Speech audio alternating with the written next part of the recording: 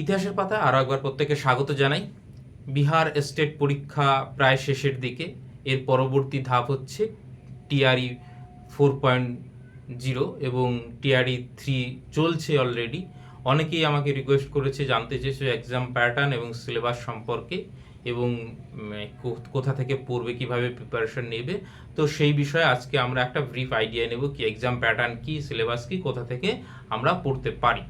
তো সেক্ষেত্রে সবার আগে বলে নিই যে এই যে বিহার যে শিক্ষক নিয়োগ করে তার দুটি ধাপ, একটা হচ্ছে স্টেট, সেটা অলরেডি হয়ে গেছে হিস্ট্রির ক্ষেত্রে, আর দু একটা পরীক্ষা বাকি আছে। তারপরে হয় টিআরই, টিচার রিক্রুটমেন্টের জন্য, যেটা 3.0 চলছে। নেক্সট হচ্ছে 4.0 এক্সাম আসবে। এইবার এইটার প্রথম কথা হচ্ছে 4.0 কোনো নোটিফিকেশন বেরিয়েছে না? বেরোয়নি। বেরোলে নিশ্চয়ই তোমাদের জানিয়ে দিতাম। তো চলছে এখন 3.0 এবং এই পূর্ববর্তী এক্সাম প্যাটার্নের উপর ভিত্তি করেই কিন্তু এই আলোচনাটা হবে। আগে কিরকম কোশ্চেন এসেছিল, কি ধরনের প্যাটার্ন চলছে তার উপর। কারণ 4.0 কিন্তু এখনো নোটিফিকেশন আসেনি। নোটিফিকেশন আসলে তখন আমরা নিশ্চিতভাবে বলতে পারবো যে হ্যাঁ, এইভাবে পরীক্ষা হচ্ছে। যদিও চেঞ্জ হওয়ার সম্ভাবনা খুব কম, চেঞ্জ এই একই রকম থাকবে। তারপর আমি জাস্ট আমার তরফ থেকে বলে দিলাম যে 4.0 কিন্তু কোনো নোটিফিকেশন আসেনি। যখন আসবে তখন নিশ্চয়ই এক্সাম প্যাটার্ন এরকমই থাকবে আশা করা যায়, পূর্ববর্তী যেরকম এক্সাম প্যাটার্ন এবং সিলেবাস রয়েছে। বোঝা গেল? তাহলে আমরা 3.0 বলি বা 4.0 যে এক্সাম প্যাটার্ন এবং সিলেবাস সেইটা কি, সেই নিয়ে আমরা কিন্তু আজকে আলোচনা করব। একদম দেখো, বিহারে কিন্তু আমাদের ওয়েস্ট বেঙ্গলের মধ্যে এত হিজিবিজি নেই। পরিষ্কার কথা, খুব পরিষ্কার এক্সাম প্যাটার্ন, সিলেবাসও যথেষ্ট স্বচ্ছ এবং তার মধ্যে চাতুরতার কোনো জায়গা নেই। তো একই রকম প্যাটার্ন এবং একই রকম কিন্তু মানে কোশ্চেনের ধরন। তো সেক্ষেত্রে আমরা যদি পিজিটি অর্থাৎ 11-12 ক্লাস 11-12 দেখি বা টিজিটি ক্লাস 9-10 দেখি, তাহলে তার এক্সাম প্যাটার্ন প্রায় কিন্তু একদম সেম এক্সাম প্যাটার্ন। তো সেক্ষেত্রে আমরা এই দুটো নিয়েই কিন্তু একসঙ্গে আলোচনা করতে পারি। এক্সাম প্যাটার্ন কিন্তু একই রকম। হ্যাঁ, এবার কোশ্চেনের একটু তারতম্য আছে, যে কোনটায় একটু শক্ত কোশ্চেন আসবে, কোনটায় কোন সিলেবাস থেকে কোশ্চেন আসবে, সেটা কিন্তু সম্পূর্ণ আলাদা ব্যাপার। সেই নিয়ে বিস্তারিত পরবর্তীতে আলোচনা নিশ্চয়ই করব। তার আগে বলিনি যে আমাদের কিন্তু বিহারের জন্য একটা আলাদা গ্রুপ আছে, সেখানে জয়েন হয়ে যেতে পারো। সেইখানে বিভিন্ন রকম আপডেট তোমরা পেয়ে যেতে পারো। এবং হিস্ট্রির জন্য স্পেসিফিক্যালি কিন্তু আলাদা একটা গ্রুপ রয়েছে, সেইখানে শুধুমাত্র হিস্ট্রি স্টুডেন্টরা জয়েন হতে পারো। তো এই যে পিজিটি এবং টিজিটি অর্থাৎ ক্লাস 11-12 এবং 9-10 এর এক্সাম প্যাটার্ন যেহেতু এক, তো এবং সিলেবাসটাও কিন্তু মোর অনলেস এক, একটু আলাদা সাবজেক্টের জায়গায়, সেটা নিয়ে নিশ্চয়ই আলোচনা করছি। এবার কতগুলো কোশ্চেন আসবে, প্রথম কথা দুটোতেই কিন্তু ক্লাস 9-10 এবং 11-12 দুটোর জন্যই কিন্তু টোটাল 150টা এমসিকিউ থাকবে। বোঝা গেল? Total 150 mark. 9-10 11-12 এর ক্ষেত্রে দুটোর ক্ষেত্রেই একই 150টা এমসিকিউ থাকবে এবং তার জন্য বরাদ্দ হচ্ছে 150 মার্ক। প্রতিটা এমসিকিউ এর জন্য 1 মার্ক করে। বোঝা গেল? এবার টাইম কত? 2 ঘন্টা 30 মিনিট, অর্থাৎ 2.5 ঘন্টা, অর্থাৎ প্রতিটা কোশ্চেনের জন্য 1 মিনিট করে 150 মিনিট হচ্ছে। তাহলে প্রতিটা কোশ্চেনের জন্য 150টা কোশ্চেনের জন্য 150 মিনিট টাইম। বোঝা গেল? এইবার আসি যে পরীক্ষার যে কাঠামো, এক্সাম প্যাটার্নটা, সেটা কিন্তু 3টা ভাগে বিভক্ত এবং তার 3টে সেকশন রয়েছে। প্রথম সেকশন হচ্ছে, এই সেকশনে ধরো ল্যাঙ্গুয়েজ, প্রথমে হচ্ছে ভাষার পরীক্ষা। এইবার এইখানে একটু বুঝতে হবে যে এইটা কিন্তু মূল যে ম্যারিটটা তৈরি হবে, ম্যারিট লিস্টটা, র্যাঙ্কটা তৈরি হবে, সেইখানে কিন্তু এই ভাষার পরীক্ষায় যে প্রাপ্ত নাম্বার সেটা কিন্তু যোগ হবে না।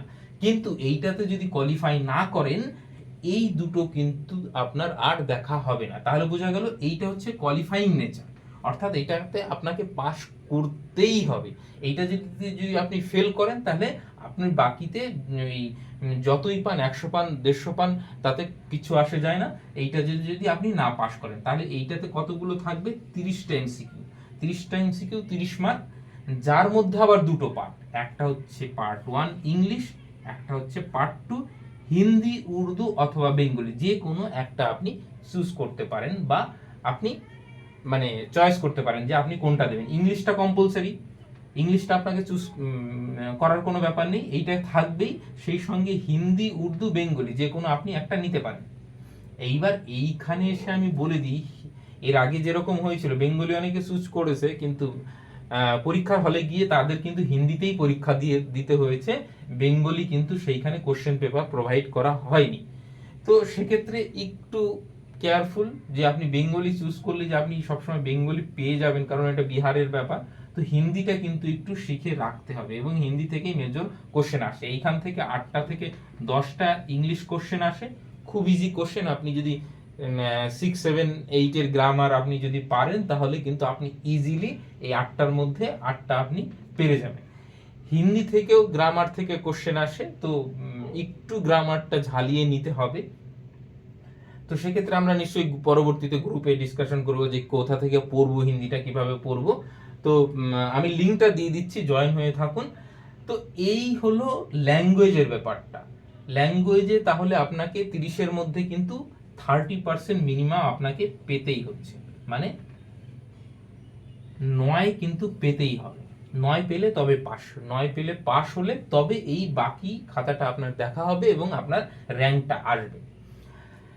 এইবার অনেকের প্রশ্ন যে নেগেটিভ মার্কিং আছে কিনা। প্রথমেই বলিনি, কোনো ক্ষেত্রেই কিন্তু নেগেটিভ মার্কিং নেই। তাহলে মানে নেগেটিভ মার্কিং এর ভয়টা নেই এখানে। এইবার আসা যাক সেকশন বি তে। সেকশন বি হচ্ছে জেনারেল স্টাডি। এইবার জেনারেল স্টাডির মধ্যে অনেকগুলো বিষয় রয়েছে, সেইখান থেকে টোটাল থাকবে হচ্ছে 40টা এমসিকিউ, 40 মার্ক, 40টা এমসিকিউ। এইটা কিন্তু মেরিটের ক্ষেত্রে মানে গণ্য হবে, মানে এই 40 মার্ক এবং এই নিচের 80 মার্ক আসছি। তো এই যে 40 জেনারেল স্টাডি থেকে থাকছে, তার মধ্যে কি কি থাকছে? এক হচ্ছে ম্যাথ রিজনিং, সেই সঙ্গে জেনারেল অ্যাওয়ারনেস মানে সামান্য জ্ঞান আপনার, এবং জেনারেল সায়েন্স এবং হিস্ট্রি। এইখানে বিশেষ করে ইন্ডিয়ান ন্যাশনাল মুভমেন্টের উপর খুব জোর দেওয়া হয়, অ্যানসিয়ান মিডিয়েভাল থেকে তেমন কোশ্চেন থাকে না, এবং জিওগ্রাফি। এই যে সাবজেক্টগুলো বললাম, এইগুলো এইচএস লেভেল আপনি ধরতে পারেন, যেটা হচ্ছে 11-12 এর ক্ষেত্রে, এবং যেটা হচ্ছে 9-10 এর ক্ষেত্রে সেটা মাধ্যমিক লেভেলের ধরতে পারেন। এইবার ম্যাথ কিন্তু তাহলে কি, ম্যাথ এলিমেন্টারি ম্যাথামেটিক্স আপনার মাধ্যমিক লেভেলের থাকবে, খুব সহজই, খুব বেশি কঠিন থাকবে না। জেনারেল অ্যাওয়ারনেসও কিন্তু খুব বেশি টাফ থাকবে না, আপনি যদি মাধ্যমিক লেভেলের জ্ঞান রাখেন তাহলে কিন্তু এটা পারবেন। এবং জেনারেল সায়েন্স কিন্তু আপনার ওই মাধ্যমিক লেভেলেরই থাকবে, অর্থাৎ 9-10 এর যদি ক্লাস 6 থেকে আপনি মানে 10 অবধি আপনি যদি সায়েন্সের বইগুলো একবার রিভাইজ দেন, তাহলে কিন্তু আপনি সমস্ত কোশ্চেনই কিন্তু ওর মধ্যে পেয়ে যাবেন। সেই সঙ্গে হিস্ট্রির মধ্যে যে ইন্ডিয়ান ন্যাশনাল মুভমেন্টটা একটু ভালো করে দেখতে হবে, এবং জিওগ্রাফি, এইগুলো সবই কিন্তু আপনাকে মাধ্যমিক লেভেলের, এবং যদি 11-12 দেন সেটা এইচএস লেভেলের, একটু লেভেলটা একটু আপ থাকবে, কিন্তু সিলেবাস এবং এক্সাম প্যাটার্ন কিন্তু সম্পূর্ণ এক। তাহলে বোঝা গেল, ম্যাথটা আপনি মাধ্যমিক লেভেলে রেডি করবেন। জেনারেল অ্যাওয়ারনেস আপনি লুসেন্টের বই থেকে দেখতে পারেন, আমার কাছে রয়েছে, আমি এর আগেও দেখিয়েছিলাম, গ্রুপেও দিয়েছিলাম, লুসেন্টের বইটা যথেষ্ট ভালো। জেনারেল সায়েন্স আপনার যদি মনে হয় যে আপনি 6 to 8 পড়তে পারেন, খুব ভালো কথা। আর যদি মনে হয় না অত পড়ার সময় আমার নেই, তাহলে আমি বলবো সেটাও লুসেন্ট থেকে কিন্তু আপনি কভার করে নিতে পারেন। এই হিস্ট্রি জিওগ্রাফির ক্ষেত্রেও আমি বলবো যে যারা এনসিইআরটির বই পড়তে পারেন বা বিহার বোর্ডের বই আছে পড়তে পারেন তো ভালো কথা, আর না হলে কিন্তু লুসেন্টের বই থেকে আপনি কভার করে নিতে পারবেন, আপনার অনেকটা কভার হয়ে যাবে। ঠিক আছে, এইবার আসা যাক সাবজেক্ট। এইখানেই হচ্ছে মূল খেলাটা, যেখান থেকে মেজর কোশ্চেন থাকবে 80 মার্ক। এই সাবজেক্ট থেকে আপনার কিন্তু 80টা এমসিকিউ থাকবে, 80 মার্ক। তাহলে এইখানে 40, এইখানে 80, 120। 120-র মধ্যে কিন্তু আপনার যত পাবেন সেই অনুযায়ী কিন্তু আপনার র্যাঙ্ক হবে। এইটা কিন্তু র্যাঙ্কের ক্ষেত্রে প্রযোজ্য হবে না, ল্যাঙ্গুয়েজটা, এটা শুধু আপনাকে পাস করতে হবে। তাহলে এইখানে যার যার রেসপেক্টিভ সাবজেক্ট সেইটা হবে। এখানে আমরা যেহেতু হিস্ট্রির কথা বলছি, তাই হিস্ট্রি লিখে দিয়েছি।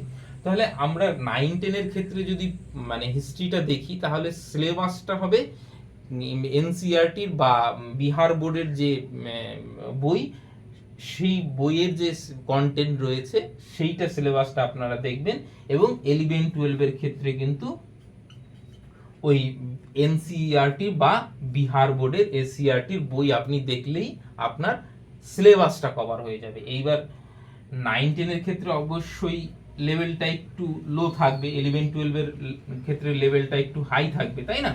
তো কিন্তু সিলেবাস কিন্তু ওই এনসিইআরটি বা এসসিইআরটি। এইবার এর ডিটেল সিলেবাস আমি পরবর্তীতে আলোচনা করব।